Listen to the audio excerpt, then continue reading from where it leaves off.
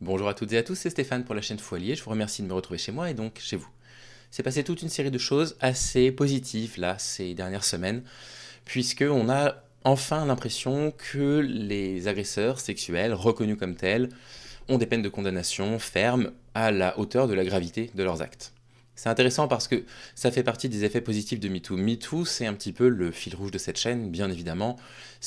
J'en ai déjà parlé plusieurs fois, suite à cette vague de femmes qui ont parlé du fait qu'elles aient subi dans leur vie des agressions sexuelles, que moi j'ai pris conscience de l'ampleur du problème. Malheureusement, il m'a fallu ça. J'ai réalisé qu'il y avait beaucoup de personnes autour de moi qui avaient témoigné sur les réseaux sociaux également, et je m'étais dit, ok, là, il y a quelque chose de trop grave pour que je reste simplement neutre, que je me contente simplement de dire effectivement c'est pas bien. Donc la chaîne a existé suite à MeToo. Et MeToo, je pense qu'il va falloir peut-être encore 5, peut-être 10 ans pour mesurer l'effet que ça va réellement avoir dans la société. Ce qui est sûr, c'est que pour moi, ça a eu des effets extrêmement bénéfiques et aussi des effets secondaires assez délétères. Et on va parler des effets délétères dans la deuxième partie de la vidéo. Mais avant ça, on va commencer par parler des choses assez positives que la vague MeToo a permis d'obtenir. Donc là, on vient d'apprendre que le chanteur marocain Saad Lamjared a été incarcéré après sa condamnation à 6 ans de prison pour viol. La cour d'assises de Paris s'est dite convaincue du viol, décrit de manière constante et précise par la victime Laura P depuis sa plainte jusqu'à l'audience. C'est une histoire qui est vraiment longue. Pour le coup, là, on est dans de la chronicité avec Saad Lamjared, puisque des accusations pour viol, il y en avait beaucoup déjà au Maroc. On dit que c'était une sorte de petit protégé du roi, donc qui craignait pas grand-chose. Et il y a une plaignante qui a réussi en France à l'attaquer pour viol, qui a obtenu gain de cause. Il y a eu une enquête, ça a été très difficile pour elle. J'ai eu l'occasion là d'échanger avec un de ses proches, pas avec elle directement, je me suis pas permis de la contacter évidemment. Mais voilà, c'est un de ses proches qui m'avait parlé de cette histoire-là. Puis il y a quelqu'un sur Instagram aussi qui m'avait envoyé un message pour me dire bon bah voilà, ça y est, il est enfin condamné. Aux assises, qu'est-ce que c'est les assises? Vous savez, c'est donc vous avez un juge ou une juge et puis vous avez, je crois que c'était 9 membres, 9 jurés qui composent un jury. Ils ont la procureuse de la République, je crois que c'était une femme, dans son réquisitoire avait réclamé 7 années de prison ferme. Il est condamné à 6. Ça me paraît à la hauteur de la gravité d'un viol, c'est à peu près ce que les textes de loi réclament. On aimerait toujours que ce soit plus sévère pour les faits d'agression sexuelle, mais bon, c'est une chose. Donc ça, voilà, ça fait partie des effets positifs, mais vous allez voir, il y en a d'autres dans les onglets que je vais vous présenter. Sauf que parmi les effets négatifs, étant donné qu'on commence à avoir des condamnations, en dessous de l'article qui avait été présenté par Le Monde justement ou par Libé sur Facebook, j'avais simplement témoigné ma satisfaction, je vais vous lire mon message, en disant c'est des procès jugés aux assises, je remercie le travail des jurés, de l'administration judiciaire, c'est une décision à la hauteur de ce que prévoit la loi. Et en dessous, on me répond, donc Kadé Sadawi Djidja me dit j'espère qu'on va avoir le même discours si Palmade aurait le même jugement. Excusez-moi, Madame Sadawi, vous n'êtes pas en train de m'accuser d'islamophobie là. Vous n'êtes pas en train de m'accuser de racisme. Le problème des agresseurs. Alors, je comprends ce message. Je comprends ce message dans le sens où je me dis, ok, effectivement, il y a toujours cette sensation en France, je sais qu'elle est réelle, je ne connais pas les chiffres par rapport à ça, on n'a pas de statistiques ethniques en rien, tant mieux d'ailleurs, mais parfois ça nous empêche de comprendre les discriminations. Il y a cette sensation que si c'est un blanc qui passe aux assises, si c'est quelqu'un de connu, d'un peu riche, qu'il est pas particulièrement condamné. On voit que c'est pas tout à fait le cas, parce que je vais avoir d'autres exemples à vous donner. Vous allez bien voir qu'il y a des hommes blancs extrêmement riches qui sont condamnés à quasiment 50 ans de prison pour ce type de fait-là. Ce que je vais dire, c'est que s'il y a des personnes qui pensent encore ça, non, il n'y a pas de portrait type de l'agresseur. L'agresseur, il peut être blanc, il peut être français, il peut être d'origine étrangère, il peut être grand, il peut être petit, il peut être costaud, il peut être mince, il peut être riche, il peut être pauvre. Il n'y a pas de portrait type. Et c'est justement précisément ça en fait qu'il faut garder en tête, c'est que la problématique de l'agression sexuelle et du viol dans la société, elle est systémique, elle concerne un peu tout le monde.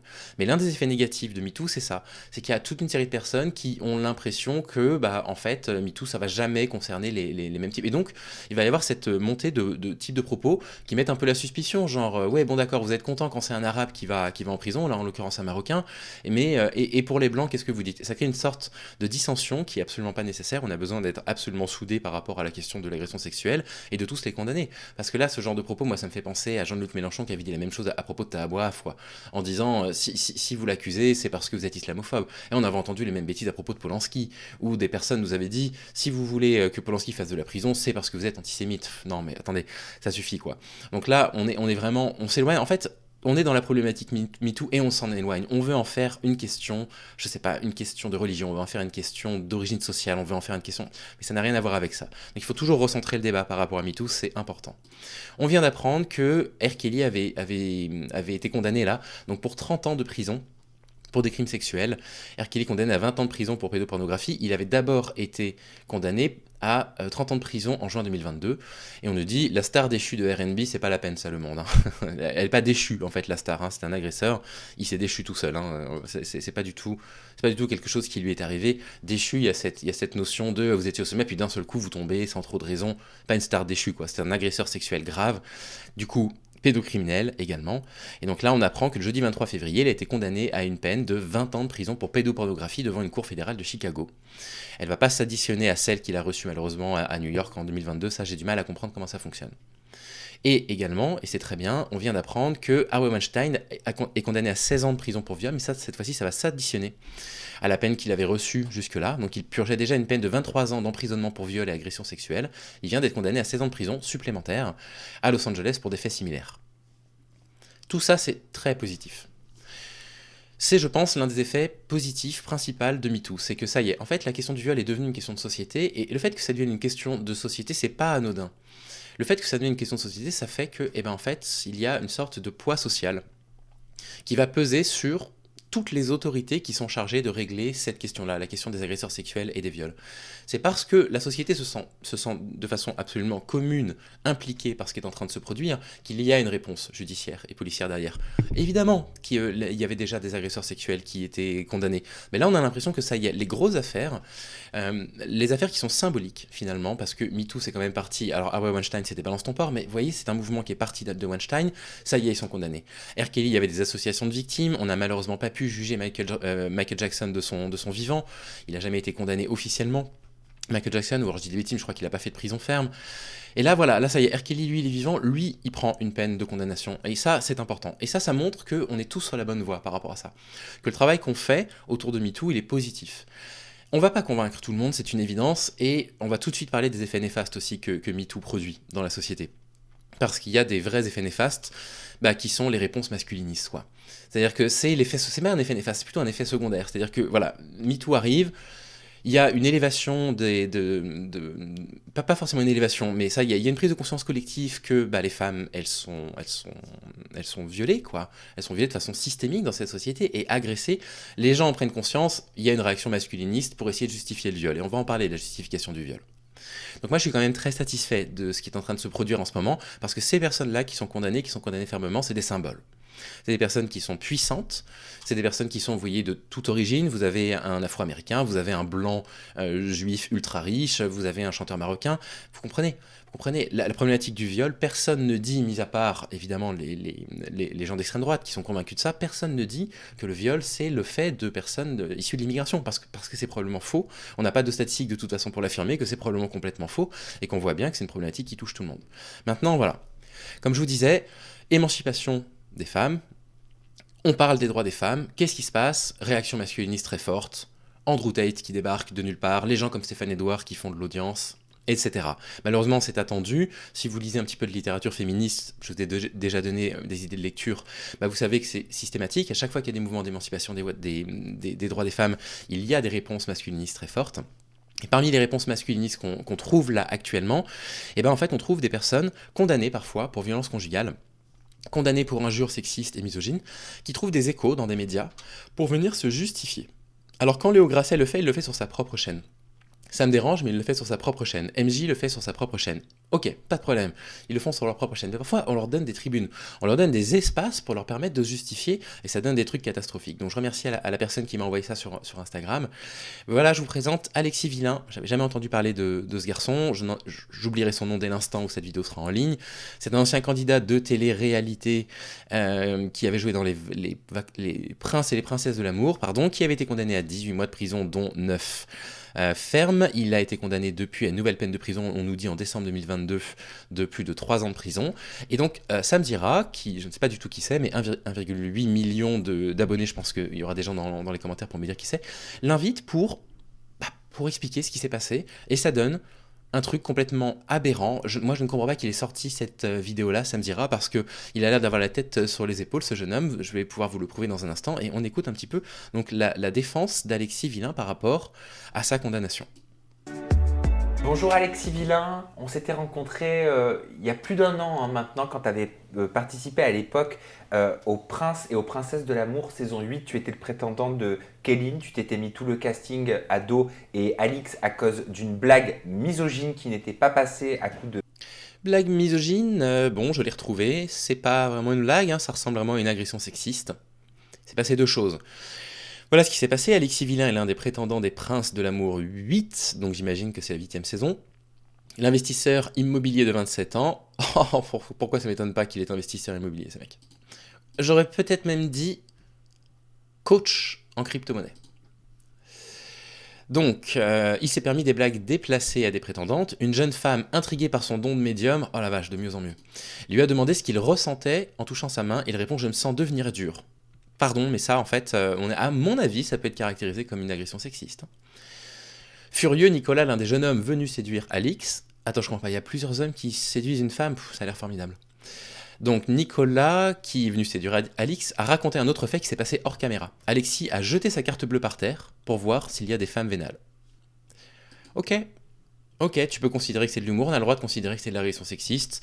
En l'occurrence, à mon avis, c'est un juge qui tranche ce genre de choses. Carte bleue. Suite à ça, ton aventure, elle s'était transformée pour toi et pour d'autres personnes qui évoluent avec toi en cauchemar. C'était... Non, Sam.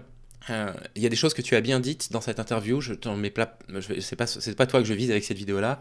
Son aventure ne s'est pas transformée en cauchemar. Il y a encore une notion passive avec ça. C'est comme R. Kelly, le prince déchu du R&B. En fait, c'est pas passif. Il y a un moment donné aussi, tu te comportes de la façon dont tu t'es comporté, avec des agressions sexistes, avec des propos d'une misogynie juste lamentable. Ah bah oui, bah les gens en fait, ils ont pas particulièrement envie d'échanger avec toi, donc l'aventure, bah elle est moins amusante, puisque les gens ont réalisé que tu étais ce que tu es, quoi.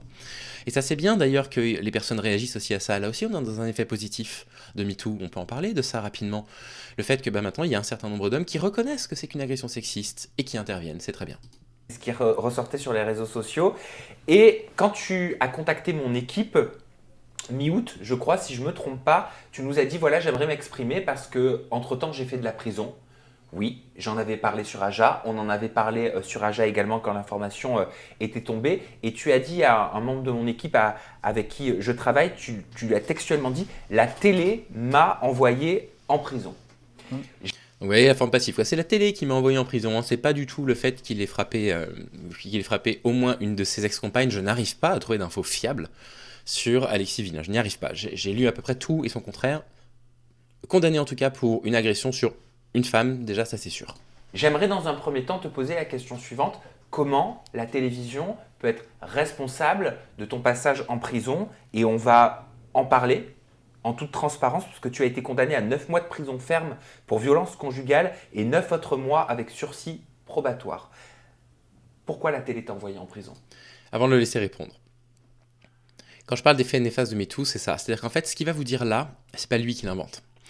Le fait qu'il va justifier son agressivité, le fait qu'il va justifier le fait de battre une femme, c'est pas de lui que ça vient. Ça, c'est un truc qu'on entend d'un seul coup, qui revient depuis justement, je trouve, MeToo, avec d'un seul coup toutes ces chaînes masculinistes qui pullulent depuis 2020-2021 et qui expliquent en fait que, ben non, en fait, c'est des rapports de domination, mais normaux. C'est-à-dire que comme l'homme est naturellement dominant sur la femme, tant que quand on la frappe, elle n'est pas en danger, en fait, c'est rien, c'est simplement comme de l'éducation avec un enfant, parce que c'est les mêmes qui défendent évidemment les violences sur l'enfance, hein, les violences de l'éducation, tout sauf de l'éducation, la violence et l'éducation. Et donc, ce garçon-là, Alexis Villain, il est pétri en fait de cette culture masculiniste qui est en vogue là actuellement, et voilà ce qu'il ose répondre. Comme tu viens de le dire, tu me parles des histoires d'Alix, tout ça. En fait, la télé, c'est qu'ils ils te créent une image. C'est-à-dire que moi, la blague que j'ai fait avec la carte bleue, tout le monde a rigolé. Par contre, à l'antenne, quand les caméras tournent, c'est plus la même histoire. Et il faut créer des histoires. En fait, donc, du coup, je me suis on a créé des histoires autour de lui. On le mec macho à la télé. Oui, mais on n'est pas condamné à 18 mois de prison parce qu'on a lancé une carte bleue dans les Princes de l'amour. Non, mais ça commence toujours par un petit phénomène. Voilà ce qu'il dit. C'est qu'en fait, on m'a envoyé en prison, mais c'est la télé qui a créé ce personnage de moi. Oui, enfin, tu as frappé une femme quand même, Alexis, hein. Je me l'ai fait boule de neige. Et ensuite de ça, après la télé, en fait, comme je suis quelqu'un d'hypersensible, je suis quelqu'un qui croit en la... Storytelling. Je suis hypersensible, soyez toujours méfiants. C'est du storytelling en fait, ça n'a rien à voir avec ça. Tu as été condamné parce que tu as frappé une femme, viens pas nous raconter que tu es hypersensible. Tu es hyper colérique, tu es un gamin capricieux, incapable de contrôler ses émotions, donc de facto, tu es dangereux pour la société et la condamnation est logique. l'amour. Enfin, je suis quelqu'un, voilà, de très franc, de transparent. Je suis très franc, je suis très transparent, etc. Storytelling. Et non, encore une fois, il y a beaucoup de personnes qui confondent la franchise avec l'impolitesse. C'est pas de la franchise que de dire à une femme quand tu touches ma main, je suis dur. Ça n'a rien à voir avec ça. C'est de l'impolitesse formelle et ça confine, comme je disais tout à l'heure, à l'agression sexiste. Ben, de mettre quelqu'un comme moi à la télé, ben, le problème c'est que ça va attirer les mauvaises personnes. Et après, on n'a pas de filtre et tout le monde peut nous... Non, mais c'est toi la mauvaise personne. En fait, mettre quelqu'un comme toi à la télé, oui, c'était F1. Est-ce que c'était F1? Oh, j'ai peut-être dit une bêtise, j'y connais. Ça se trouve, c'est une chaîne de M6, mais ils veulent faire de l'audience. Ben oui, évidemment qu'ils mettent des gens comme toi. Évidemment qu'ils mettent des personnes impulsives pour pouvoir avoir des choses à montrer. Mais en fait, ça n'attire pas les mauvaises personnes. C'est toi là la mauvaise personne dans l'histoire, Alexis. attaquer. Donc ça m'a fait, Oh, il est en fait, ça attaqué. m'a amené à des mauvaises rencontres et des mauvaises personnes qui ont voulu jouer avec moi et qui m'ont envoyé en prison. Donc vous voyez, c'est une victime. C'est la chaîne qui l'a mis là. Et donc, il est victime de ça. Il a toujours pas reconnu les faits. Hein. C'est du storytelling, c'est dangereux, mais ça, il sait exactement où il l'a. Ça, c'est du Andrew Tate dans le texte, je vous le dis. C'est du pur Andrew Tate qui est en train de raconter. Alors ça, on rentrera dans le détail, et le détail de la condamnation un petit peu plus tard. J'ai des vraies questions à te poser, Alexis, et qu'on soit d'accord ou pas avec le fait que tu t'exprimes, c'est un droit qu'on a tous en France. Bon, ça me saoule. J'avais d'autres trucs à vous montrer de lui, mais ça m'agace. Je voulais juste vous montrer un petit passage qui est juste assez lunaire, à 7 minutes 14. Le voilà.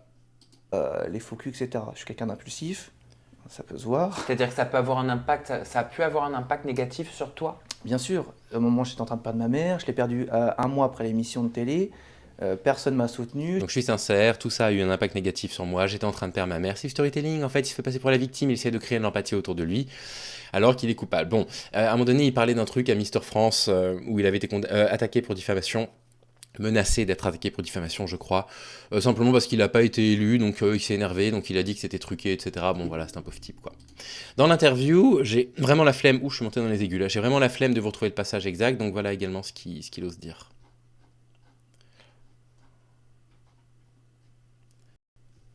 Une gifle, c'est quoi? Une amende, du sursis, je sais pas. Une gifle, c'est quoi? Une amende, du sursis, je sais pas. Non, en fait, une gifle, c'est grave, et vous allez voir que là, Sam, il réagit bien. Très grave une gifle. Il dit c'est très grave une gifle et ça le fait marrer, vous voyez, ça le fait marrer. Parce qu'il a rien compris, il est passé devant un juge, il a fait 9 mois de prison ferme, il n'a rien compris. C'est drôle. Ça dépend la gifle que tu mets. C'est pas drôle, Alexis. Non, ça dépend pas de la gifle qu'on Si met. je te enfin, fais la bref. même gifle, tu vas rien avoir. Hein. C'est bon, faut arrêter les conneries. Non, merci. Quelqu'un se jette sur toi, tu vas faire quoi? Vas-y, tapez-moi. Non, je C'est comme dis la juge, elle me dit, faut se laisser faire. Mais tu crois, attends, l'autre, elle a un couteau. je elle va- dis pas en... Alors il prétend que en fait, il a été agressé avec un couteau et qu'en fait, il a juste mis une gifle pour se défendre. Bon. La légitime défense, en fait, elle peut s'appliquer. Il faut que les conditions suivantes soient réunies.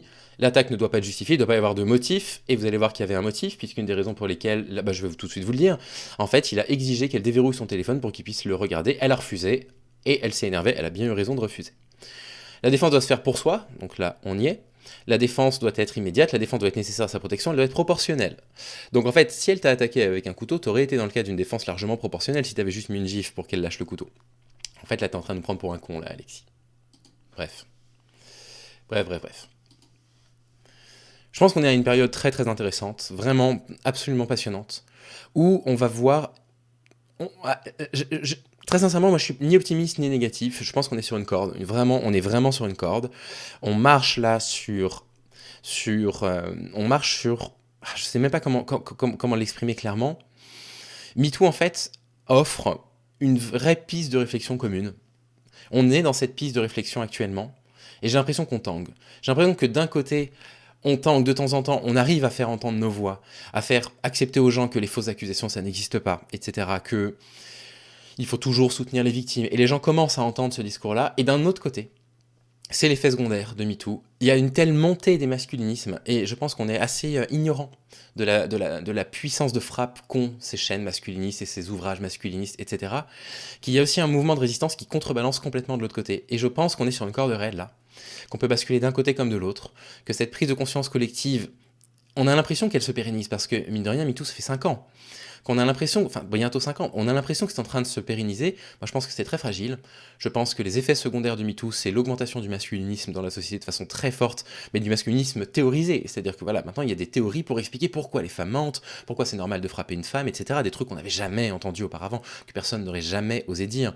Et ils utilisent pour ça de la pseudo-science, en utilisant des trucs de la biologie, de quoi que ce soit, de biologie de l'évolution, enfin bon voilà, vous connaissez leur discours.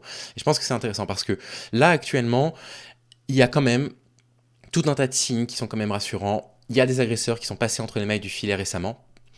Mais dans certains partis politiques, France Insoumise, on peut au moins leur reconnaître ça, ils arrivent à mettre de côté les agresseurs sexuels.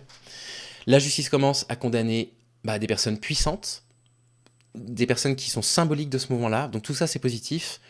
Mais voilà, on a ce contre-pouvoir très fort là qui est en train de se mettre en place, qui est mis en place depuis un moment, qui voilà fait partie des faits secondaires classiques quoi.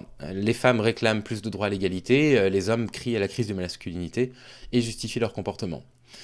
Donc voilà simplement cette piste de réflexion que je voulais ouvrir avec vous, et je vous demande, j'aimerais bien qu'on en échange dans les commentaires, est-ce que vous êtes plutôt optimiste, vous, ou plutôt pessimiste? Qu'est-ce que vous croyez, en fait? On en est où? C'est quoi les 10 prochaines années? Est-ce qu'on va continuer dans cette bonne voie, où on va continuer dans la société de façon collective à se dire, ça suffit, en fait, les agresseurs, ils sont dangereux, on n'en veut plus, et la justice suivra? C'est toujours pareil, si on crée une pression populaire, si toute la société comprend, en fait, que ce que nous, on attend dans la population, le peuple, c'est une condamnation stricte, en fait, ça va créer des pressions inconscientes, et ça va favoriser, bien sûr, ces condamnations. Mais si on montre qu'on s'en fiche, ça n'ira plus quoi. Donc voilà, où est-ce que vous vous positionnez par rapport à ça? N'hésitez pas à me dire, je suis complètement ébloui par le soleil. En attendant, écoutez, prenez soin de vous, j'espère que tout va bien dans votre vie, que vous êtes heureux et heureuse, et je vous dis à très vite. À bientôt.